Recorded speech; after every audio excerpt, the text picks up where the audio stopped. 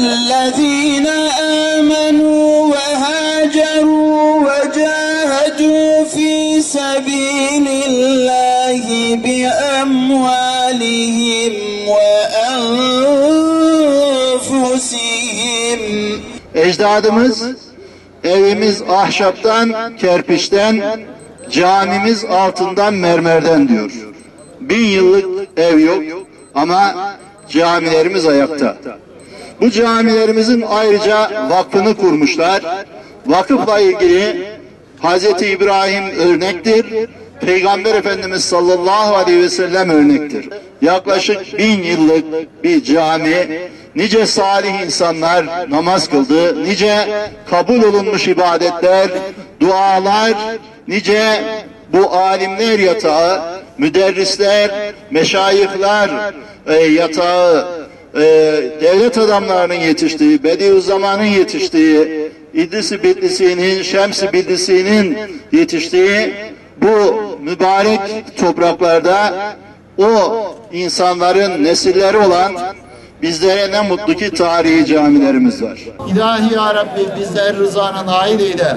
Efendimiz sallallahu aleyhi ve selleme layık ümmet eyle.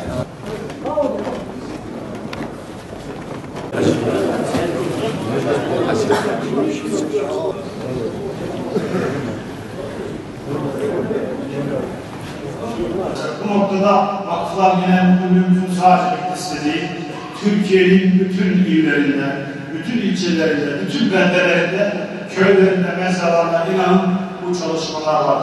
Bir taraftan işte Hizan'daki çalışmalarımız, Kalköy'ündeki çalışmalarımız, Ağlat'ta, Adil Cevaz'da, Hürmet'te, Allah'ın dostu bütün alanlarda son 11-12 yıl içerisinde çok büyük çalışmalarımız var. İnnemâ ya'muru mesâcidallah men âmene billahi vel yevmil âhir ilâ âhirine. Bu çok önemli bir şey, değerli bir şey. Allah'a inanan, ahiret gününe inanan insanlar Allah'ın mescitlerini yaparlar.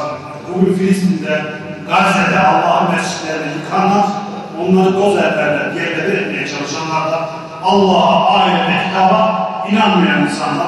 Bizler elhamdülillah inancını zirvede yaşayan, inancıyla yakın ve uzak coğrafyaya ışık tutmuş bir kentin cemaat olarak, insanlar olarak, burada valilik, cemaat olmak, burada müdür olmak, burada komutan olmak, burada müdür olmak değil, inançlı olmak, mümin olmak, Müslüman olmak ortak paydasında bu cami, bu mabedin kubbesi altında birleştik. Ben biliyorum ki Bitlis'te hem hemşerimiz, her vatandaşımız bu heyecanı bizimle birlikte çalışıp paylaşıyor ve inşallah bu mabetlerin gelecek nesillere intikali konusunda bizimle ortak heyecan ve heyecan içerisinde Allah bu birliğinizi, bu beraberliğinizi ebeden muhafaza etsin.